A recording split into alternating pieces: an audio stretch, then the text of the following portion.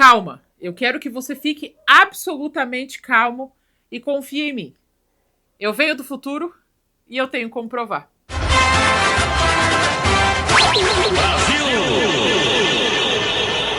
Bom dia, boa tarde, boa noite, como vocês estão? Sejam todos muito bem-vindos ao meu canal. Meu nome é Neuraci, mas como sempre você pode me chamar de Neura. E hoje nós vamos falar de ficção científica brasileira. Eu tô tão feliz com isso. Hoje a gente vai falar sobre Homem do Futuro, o filme do Wagner Moura, sobre viagem no tempo, arrependimento, sobre autorresponsabilidade. Esse é um daqueles filmes que é legal você ver primeiro inteiro, viver a experiência antes de me ouvir falar dos spoilers, porque o finalzinho é tipo, é mais um filme brasileiro que tem no YouTube, acho isso incrível, tá na descrição, vocês podem assistir primeiro o filme e depois voltar aqui pra gente conversar sobre o assunto. O filme conta a história do João, vivido pelo Wagner Moura, e como ele vai usar de ciência para lidar com os arrependimentos que ele tem na vida. Esse filme, ele é muito legal, ele é muito divertido, a história é muito bem amarrada, o roteiro é muito interessante. E o mais legal, ele vai nos trazer liçãozinhas. Sim, a gente vai aprender sobre autorresponsabilidade, uma coisa que o protagonista demora bastante pra entender. O que é autorresponsabilidade? É a capacidade de entender que você tem que ser responsável pelos seus BOs, até quando jogam o BO em cima de você, porque ninguém vai resolver, então você vai resolver. E é isso. E a gente vai aprender o que fazer, o que não fazer com liçõezinhas em relação ao filme.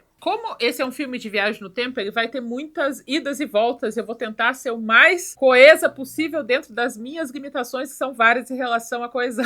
O filme começa em 1991, quando o nosso protagonista, João, também conhecido como Zero, está vivendo o pior e o melhor momento da vida dele. Mas, na verdade, aquilo é um sonho. Ele é um adulto, professor de física na universidade, que desconta todas as suas frustrações dos estudantes, chamando eles de imbecis, falando que eles vão largar a física para fazer aromaterapia e reclamando de tudo, falando que nenhum deles é inteligente e que ele tá fazendo uma prova para fazer com que todo mundo já desista logo desse curso de uma vez, porque ele sabe que ninguém vai querer trabalhar com isso. Bem amargo mesmo. O que deixa uma aluna distraída fazendo uma pergunta idiota, que também é um problema pro professor, né? Ele é amargurado, mas a aluna também não ajuda, perguntando se vai cair homeopatia na prova de física. Daí ele fala que ela não tá prestando atenção, porque ela tá lendo uma revista. Quem está na revista? O grande amor do João, que é a Helena. Ela é uma modelo famosa e a gente já vai falar como essa personagem foi aquele tipo top 10 criado por homem. Ela deve ganhar o prêmio Megan Fox de personagens criados por homens para homens, porque, gente do céu, ele vê o ex-amor da vida dele, deixa ele completamente desconcertado, ele sai da aula e vai pro segundo trabalho dele. Ele está trabalhando num acelerador de partículas para construir uma energia infinitamente renovável, sã, saudável. Esse filme vem de um período onde o acelerador de partículas estava muito na moda. Quando a ideia do acelerador de partículas saiu, é tipo aquele tipo de notícia que sai em todos os jornais. Ninguém sabe muito bem o que ele faz, mas pelo jeito que eles colocaram o branding, faz a gente achar que é uma coisa que é muito importante para o consumidor final. Eu tenho certeza que o acelerador de partículas trouxe avanços incríveis para a física e para o conhecimento que nós temos no universo. Mas para mim, o que falarem, eu acredito. Ele é o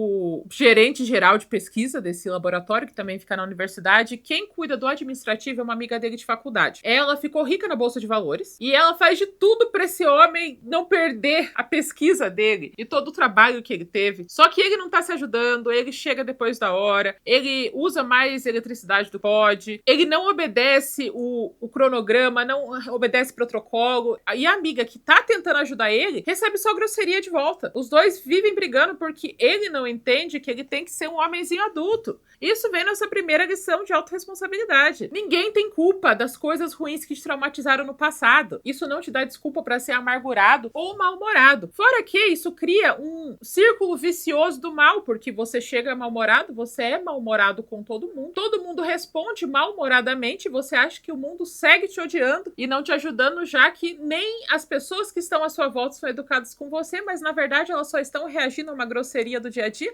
E isso só reforça a ideia de que o mundo te odeia. E você tem que continuar sendo grosso com todo mundo porque o mundo te odeia. Então, corte o círculo vicioso. Comece a parar de ser grosso, parar de ser seco, parar de ser chato com aquelas pessoas que não tem nada a ver com o seu BO. Porque delas vão te tratar bem e você vai ter um pouco mais de esperança na vida. Às vezes não, às vezes a outra pessoa tá lidando com o BO dela também, mas cada caso é um caso, a gente tá aqui pra generalizar, porque eu não posso julgar cada caso especificamente. Ele tá praticamente sendo demitido de todos os lugares, e ele tem a melhor amiga que é do administrativo e o melhor amigo que é tipo o pau patrão da obra. Ele tá com ele até o fim. Ele tá disposto a ser demitido junto com ele, mesmo tendo mulher e filhos pra criar. Então eles decidem fazer o quê? Chegar de madrugada no laboratório, chamar um estudante pra hackear o sistema de energia elétrica do estado e conseguir o nível de eletricidade necessário para que o acelerador de partículas funcione, porque falta de eletricidade é um problema grande e sério no mundo das viagens no tempo. Nunca tem eletricidade bastante. Eles hackeiam e o João, que não se dá por vencido, ele ainda entra no acelerador de partículas e fala: eu vou ficar aqui no meio, vou gravar pra todo mundo ver como essa energia é 100% segura. Não é inteligente da parte dele. Eu acho que a gente ia acreditar que a energia é segura, mesmo ele não estando dentro. Olha o que aconteceu no Aranhaverso, sabe? Com o acelerador de partículas deles. Meio que cagou com todas umas 20 dimensões diferentes. Mas tá, o melhor amigo dele fala assim que ele tá fazendo tudo isso ainda por ela, no caso da moça da revista. Ele fala: claro que não, jamais. E ele tá pensando em 1991, quando a melhor e pior coisa da vida deles aconteceu no mesmo dia. E aquele acelerador de partículas cria um buraco negro que funciona de acordo com o pensamento dele e faz ele ir direto para 1991, na noite fatídica que destruiu a vida dele. Uma coisa muito legal nesse filme é que ele faz um negócio certo, que essa é uma máquina do tempo e não uma máquina do tempo e espaço. Uma máquina do tempo vai te levar para o futuro exatamente no mesmo lugar onde você está. Então não tem como você ser do Paraná e querer ir para a Grécia Antiga com uma máquina do tempo, porque ela é uma máquina do tempo e não uma máquina do tempo ou espaço. Então ele vai parar no futuro exatamente no mesmo lugar, só que sem acelerador de partículas. Muito bom! Inclusive, vocês, meus queridos, eu sei que vocês são tudo da minha live. Qual que é o plano de vocês de viagem no tempo? Como que funcionaria a viagem no tempo boa pra vocês? Porque eu tenho, obviamente, meu planejamento. Seria uma máquina que só me levasse ao passado e não pro futuro. E eu não tivesse como alterar nada. Eu tivesse uma presença completamente invisível e intocável. Eu só pudesse observar as coisas acontecendo no passado. Por quê? Porque 100% das vezes dá merda. Tem uma vez que viagem no tempo e falou: nossa, deu tudo certo. Alguma coisa cagou. Quero saber o que tá acontecendo. Eu quero ver as paradas na minha máquina do tempo e espaço. Não só do tempo. Mas não quero destruir nada. Não quero que bebê Hitler tenha um gêmeo, sabe? Essas coisas assim, que podem acontecer facilmente. Qual é o plano de vocês? Como que vocês imaginam se vocês tivessem uma máquina do tempo e espaço? Ele praticamente cai em 1991 e a gente vê ele se adequando ao novo ambiente, que é muito legal essa ambientação, que é você mostrar que você está no passado sem mostrar que você está no passado. Primeiro que o figurino desse filme foi muito bem feito. O figurino, a maquiagem, toda a organização de direção de arte foi muito legal. Porque é um 1991, mas não é um 1991 exagerado, com cara de festa fantasia, sabe? Você só identifica as coisas pelos detalhes. Tipo, ele vai olhar a televisão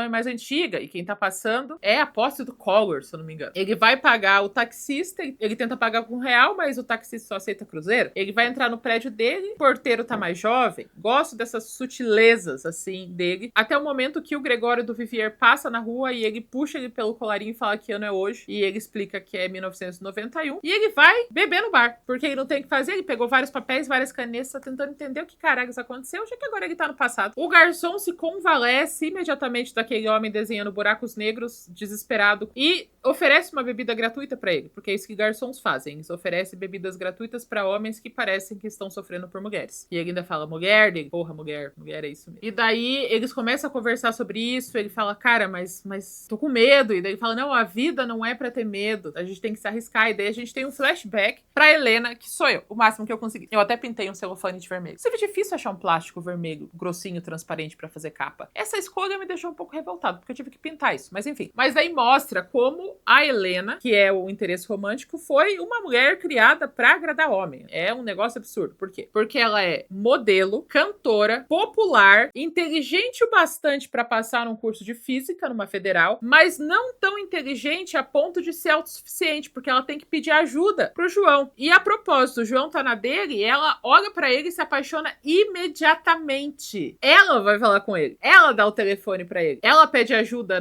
nas aulas de física porque ela não tá entendendo. Porque ela é inteligente, mas não o bastante, porque ela tem que aprender com o homem, né? E mostra os dois, ele ensinando as coisas pra ela no campus da faculdade e ele tentando explicar o amor. Eu não sei que tesão que esses filmes têm em explicar o amor pela ciência. Tem o Interestelar, tem coisa. Deixa o amor do amor, vamos descobrir outras paradas. Mas tá, ele quer provar que o amor é mais poderoso que tudo. É a única força que tá em todos os lugares. E ela olha pra ele e fala, ai, que lindo, você tá tentando provar cientificamente o amor. Ele fala assim, mas eu acredito no amor, eu só nunca vivi. E daí ela vai beijar ele. Ela beija ele e ele não beija ela porque ele tem medo do namorado. Porque ela tem um namorado. Ela tem um namorado que é babacão, Ricardo, mas ainda é um namorado. E daí ela fala a mesma frase que o garçom fala, você precisa parar de ter medo, de viver com medo. Mas no caso dela, não é medo, né?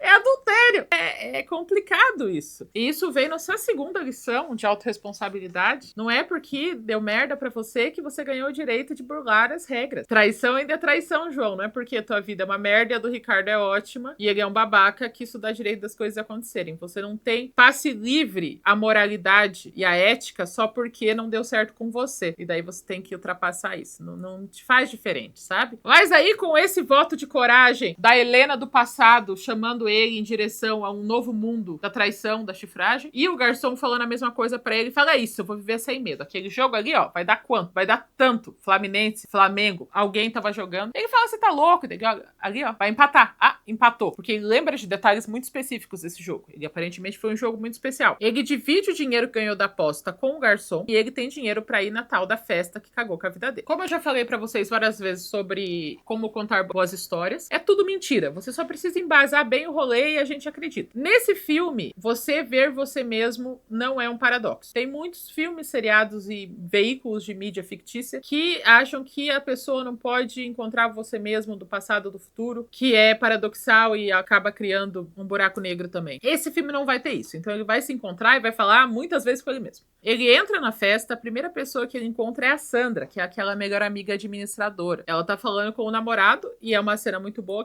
Ela fala, quem que é essa vaca aí que tá com você? E realmente é uma moça vestida de vaca. Eu acho isso muito divertido. Ele entra na festa, os dois melhores amigos dele vêm e ele fala, meu Deus, o que aconteceu com você? Você tá horroroso. Ele fala, vocês não me viram. E sai correndo. Ele decide se fantasiar de múmia, porque ele já sabe onde tem as ataduras. E vai ver a melhor parte do pior dia da vida dele, que é quando a Helena praticamente agarra ele à força, né? Ela fala que gosta dele, que ama ele, e fala que tem muito medo porque ele gosta das coisas lógicas e o amor não é lógico. E que ela é incrível, sensacional. Ela já foi até andar de avião com os Rolling Stones, daí ela fala que não tem física nos aviões dos Rolling Stones, e não tem ele no avião dos Rolling Stones, você vê, essa mulher foi criada por um homem mesmo. E ela tira a roupa e ela ataca ele. E ela tira o cabaço do João, que tá completamente iludido. Ele tá 250% iludido, muito iludido mesmo. Quando eles terminam o Tango do Diabo Universitário, e a nossa estudante de física modelo tem que cantar na frente de todo mundo, que ela também é ótima performer, a gente vê o João do passado todo feliz e o João do futuro todo amargurado. E é sensacional. A gente vai ter várias versões do João e não vai ser uma coisa clara e óbvia, mas você vai saber de qual tempo é cada um por detalhes mínimos, assim. A postura, é uma olheira, é um cabelo pra trás, um cabelo pra frente, um cabelo pro lado, e fica muito bom. Fora que você consegue ver a esperança, a ilusão e o amor do João novinho e a total e completa desesperança da humanidade do João do futuro. Muito bom que você consegue diferenciar eles pelo olhar. Wagner Moura sendo Wagner Moura, né? Então o João do passado tá falando com o João do futuro e tá tentando explicar, e ele fala a frase que vai ser o bordão dele, o filme todo: calma, fique muito calmo, você precisa confiar em mim, eu vim do futuro e eu posso provar. E ele olha e fala, papai, ele responde, eu te lembrava que você era mais inteligente que isso. E ele conta que ele veio do futuro, que aquele vai ser o pior dia da vida dele, que a Helena vai chamar ele pra cantar lá na frente, e depois a pior coisa do mundo vai acontecer, então ele não pode ir lá cantar. E daí a gente escuta a trilha sonora, quem está cantando? O próprio Wagner Moura cantando Creep, do Radiohead, que foi autorizado pessoalmente pelos integrantes do Radiohead, exclusivamente para esse filme. Então esse é um cover autorizado pelo Radiohead. Como isso aconteceu, eu não sei. A informação que eu li acabava nisso, e eu já fiquei... Uau! O João do futuro fala pro João do passado que ele tem 40 anos, vive numa vida merda, um emprego porcaria. A única maneira que ele consegue transar é com prostitutas. E a Helena é uma grande vagabunda. Já vamos explanar mais sobre isso. E que ele sabe do futuro inteiro e ele pode transformar ele mesmo em um milionário. O outro melhor amigo chega e ele passa todas as informações pra eles do que vai acontecer de bolsa de valores, a tecnologia, pra que eles façam isso antes. O João do passado tá tipo, mas isso é meio injusto, né? Daí ele pega o João do passado pela mão, leva ele no palco. No palco ele fala, olha pra ela. E daí o problema é que ela realmente terminou o namoro dela, que ela fala pro João que terminou antes. O problema é que eles têm uma conversa tão sorrindo, olhando no olho um do outro, que até eu desconfiava. Porque ele tá falando pra ela que achou um cara que vai fazer ela fazer muito sucesso na Espanha e que ele vai ser o empresário dela. E ela fala, você tá louco? Você é patético, eu achei o amor da minha vida. Só que ela faz isso no cangote do Ricardo. Difícil assim, né, Helena? Então se você vê de longe, realmente parece muito que os dois ainda estão se pegando e eu também acharia a mesma coisa, porque daquele jeito ninguém termina. Isso faz com que o João do passado pense, você tá certo, verdade, é isso aí mesmo. E ele não vai cantar com ela no palco, porque ela fala, eu quero que vocês recebam esse grande príncipe, e ele não vai. Por quê? Porque agora ele tá sabendo do futuro, porque o João do futuro fala, se você subir naquele palco, eles vão encher você de mel, vão colocar um gancho na tua bunda, te jogar pena e você vai virar o passarinho da noite, que é um negócio meio assim, Carrie, a estranha brasileira. Quando a Helena sai do palco, ela tá brava, né, porque ela chama o boy dela pra cantar com ela e ele não vai, ele explica que ele sabe que o Ricardo ofereceu uma vida de sucesso, drogas e rock and roll e sexos e glamour, e que se ela quiser ir, ela pode, mas o que vai acontecer a partir daquele momento ele sabe. Eles vão embebedar os dois, Ricardo vai drogar a bebida dele, e isso vai fazer com que ela perceba o quão zero ele é e não queira ficar com ele. E daí o argumento dele é o seguinte, mas isso não vai ser um problema porque eu vou ficar rico, eu vou ficar milionário e eu vou dar tudo o que você quiser, porque é isso que você merece e é isso que você precisa. E a cara dela é tipo, não, claro que não. Eu sou apenas uma modelo cantora, estudante de física quântica, que sabe o bastante pra passar no vestibular, mas não o bastante pra aprender sem você, completamente apaixonada. Você é o único homem da minha vida, eu não preciso do dinheiro, porque além de tudo eu também não sou interesseira, porque pelo que parece a minha família é rica também. Eu não preciso ser dinheiro. E fala, vamos provar então. Eles dançam na pista e chega o Ricardo com 2 champanhes com Boa Noite Cinderela. Ele pegou esse Boa Noite Cinderela do tal do recrutador de modelos. Só que tem um detalhe muito importante. Recrutadores de modelos, primeiro, não negociam com o namorado, não importa que seja empresário ou não. Segundo, recrutadores de modelos não tem Boa Noite Cinderela no bolso para caso de emergência. O nome disso é tráfego humano. Ele tá sequestrando ela pro mercado do acompanhamento de luxo. Eles não falam isso no filme em nenhum momento, mas, porra, ele tem Boa Noite Cinderela no bolso. Que homem de bem tem Boa Noite Cinderela no bolso? Sério, as coisas que eles fazem com a Helena é um negócio assim, senhor amado. E ele coloca a bebida para embebedar os dois, só que eles não bebem. Quem bebe é o Ricardo e eles veem que realmente tem droga lá. Quando o ciclo quebra e ele não é humilhado, o João do futuro desintegra porque aquela linha do tempo não existe mais e ele acorda no futuro, numa casa toda cinza, todo trabalhado no Christian Grey, num pijama de seda, numa cama com lençol de seda. Quer dizer que ele não tem uma fricção. Se ele subir na cama, ele vai escorregar direto pro outro lado. E ele tá saltitando porque várias TVs mostram o quanto ele é o homem do futuro, porque essa empresa que ele, Homem do Futuro Investimentos, e ele escuta a voz de uma mulher cantando e ele acha que é a Helena, só que não, é uma prostituta de luxo. Segundo a timeline, que ele recorre às moças do trabalho do sexo. E não basta isso, ele vai full, de repente, 30, porque o Ricardo é o assistente pessoal dele. Como isso aconteceu? Do cara mais babaca virar assistente pessoal dele? Não sabemos. Mas ele acorda num corpo onde ele é um vilão, bem de repente 30, e tá tentando descobrir o que tá acontecendo. Ele tá indo direto pro juizado, porque lembra do melhor amigo, que também sabe do futuro com ele? Então, eles estão brigando na justiça pra quem vai ficar com todas as empresas, porque segundo o João, foi ele que criou tudo sozinho. João não se dá por vencido, ele também suborna o juiz, fazendo com que o amigo dele perca. E ele tenta explicar pro amigo que ele não é mais aquela pessoa, ele é outra pessoa. E ele não escuta, né? Porque ele tá meio que ferrado, fudido. Enquanto ele tá voltando pra casa do julgamento, ele descobre que ele casou 4 vezes. Todas as vezes foi um escândalo nacional. Ele gastou todo o dinheiro dele em droga, em bebida, em jogo, em cassino, em mansões, em submarinos. Ele praticamente queimou todo o dinheiro dele. E ele fala, mas e Helena? Ele fala, o quê? Você tá louco? Ele fala, mas e Helena? E ele, a Helena tá onde? A Helena tá na cadeia. Por quê? Porque nessa timeline, ele escondeu cocaína na mala da Helena pra que ela não largasse dele e ficasse longe dos homens. E daí a gente vê ela na cadeia totalmente desgraçada. Ele colocou cocaína na bolsa dela, foi no aeroporto e chamou a polícia. Isso é especificamente mal, assim, é bem cruel mesmo. E ele não entende porque ela tá tão brava, porque ele fala que ama ela, pergunta, pede perdão, fala, onde é que eu tô? Eu não queria nem receber tua visita, você acabou com a minha vida, você desgraçou do que eu tenho. E ele realmente fez isso, porque ele não aprendeu...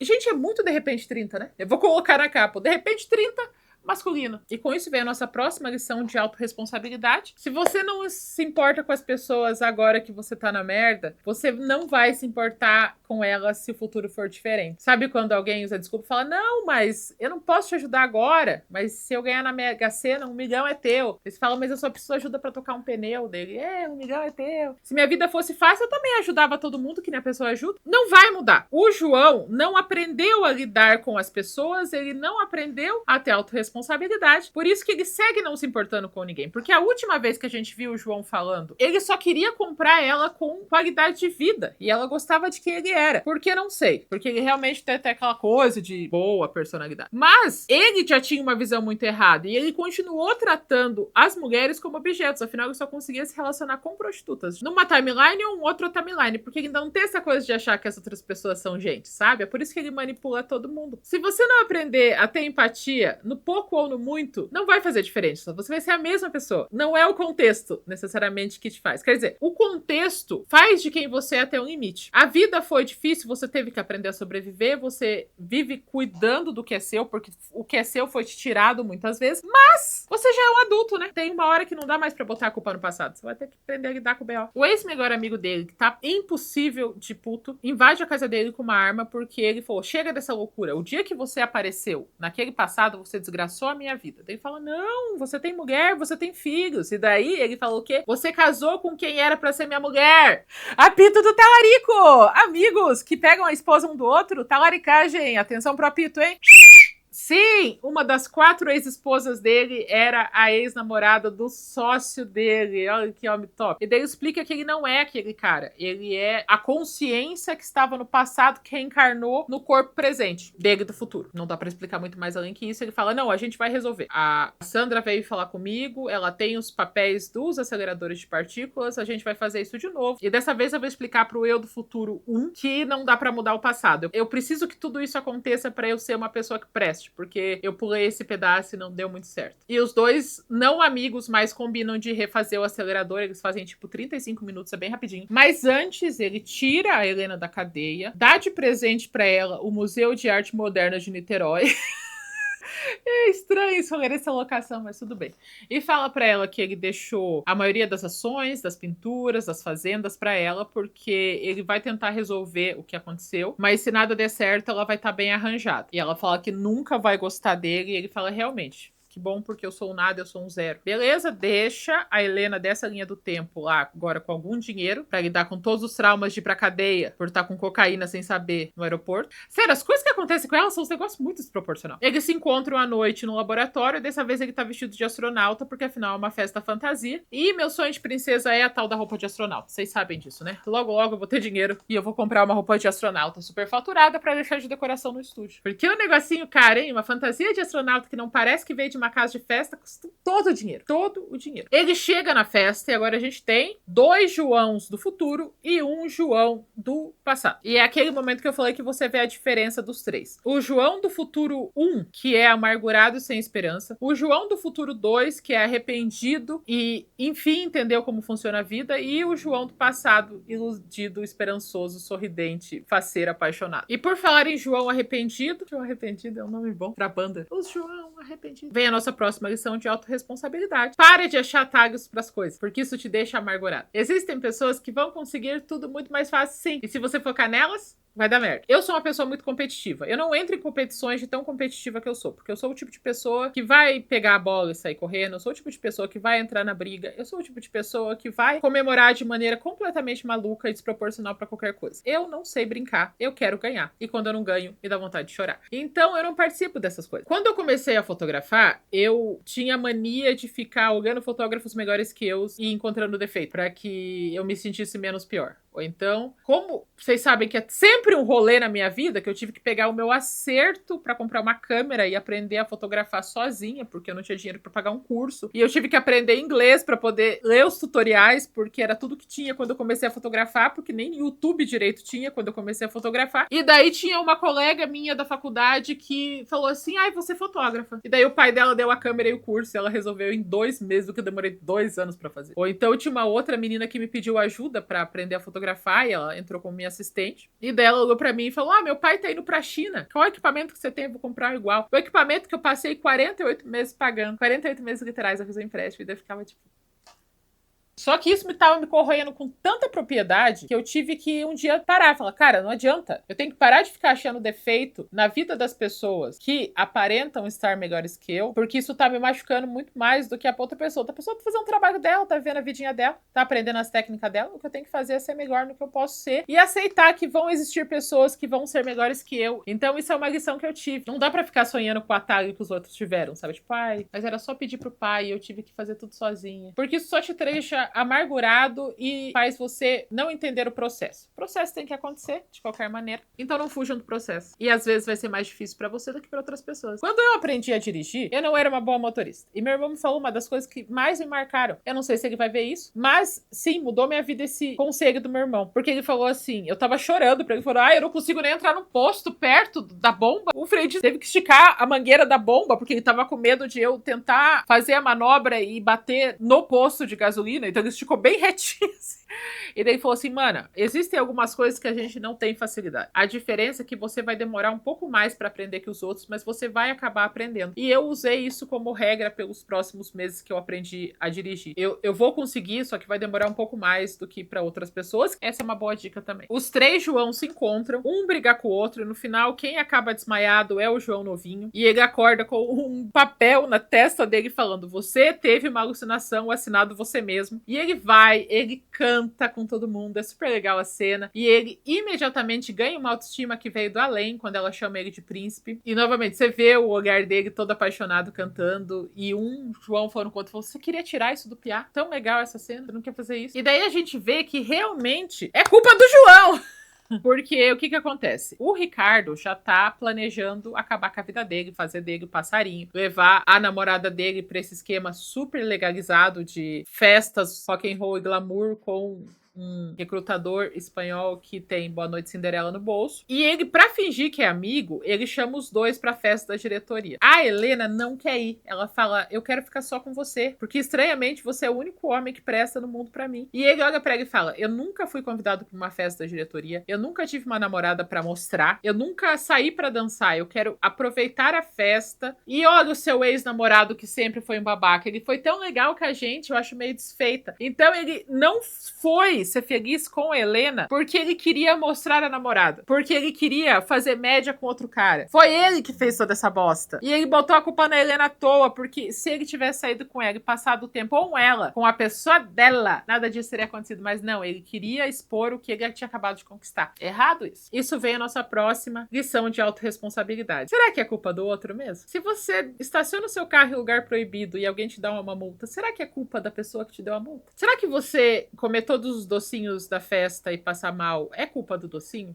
da festa? Será? Será que você nunca chegar na hora certa da aula, entrar na sala, dormir, e daí o professor é grosso com você e você fala, nossa, esse professor é muito grosso comigo. Será que é culpa do professor mesmo? Autoanálise, vamos ver isso aí. Você pensa, nossa, eu sei que eu tô bravo com isso aconteceu, mas será que é culpa dele mesmo? Ou eu só tô botando a culpa no outro porque eu tô bravo? Que é isso que o João fez, a culpa foi toda dele. O João do futuro 2 tá prendendo o João do futuro 1 com uma arma pra não deixar ele atrapalhar a vida do João do passado. Espero que vocês estejam me acompanhando e que eu não erre essa logística. Quem aparece do nada? O melhor amigo do João do futuro 2, que pensou assim, se ele pode voltar no passado, eu também posso. Vou voltar no passado e falar com eu mesmo, jovem, para que o meu eu mesmo fique milionário sozinho. Então, o João do futuro 1 e o melhor amigo do futuro 2 se unem para amarrar o João do futuro 2, que está querendo ser o adulto responsável. Então, enquanto ele está sendo amarrado, ele fala verdades. Ele fala coisas que fazem esse personagem ter um arco bom. Ele fala assim: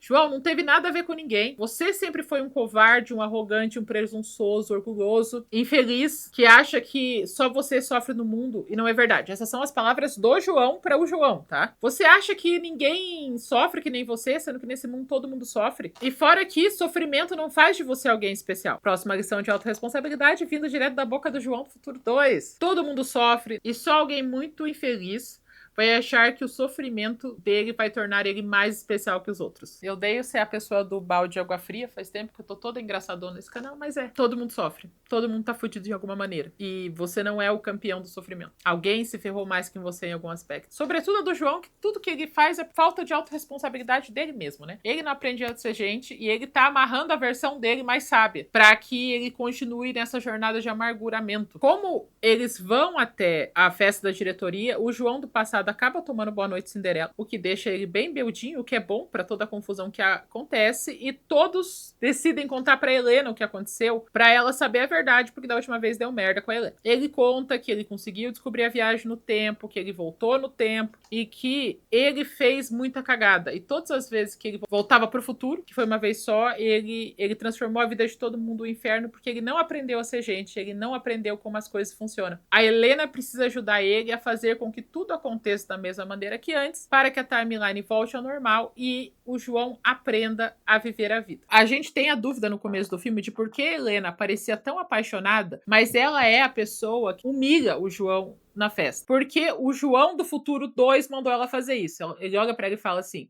ó, tal hora você vai falar pro Ricardo que eu sou um nada, vai dar ideia de eu ser o passarinho da festa, você vai ajudar a colocar o mel na minha cara, as penas. Por quê? Você fala assim, porque você é um zero. E daí ela fala, nossa, mas como que você consegue ser tão perverso com você mesmo? E ele fala que é a única maneira, que infelizmente esse sofrimento é necessário. Então a gente tem o primeiro loop temporal do filme. O João do passado acabou sofrendo por um plano do João do futuro e criando uma grande caos do tempo, que é por isso que eu não quero aparecer no tempo como pessoa tangível, porque já deu merda aí. E ele fala assim, ó, você não pode falar comigo até 2011, porque em 2011 as coisas vão estar acertadas. E ela olha pra ele confiante, falando, você é o tipo de homem que vale a pena esperar. Esse amor dela é muito, muito precioso. E daí os dois se beijam, enquanto o João novinho fala, ei, para de me beijar.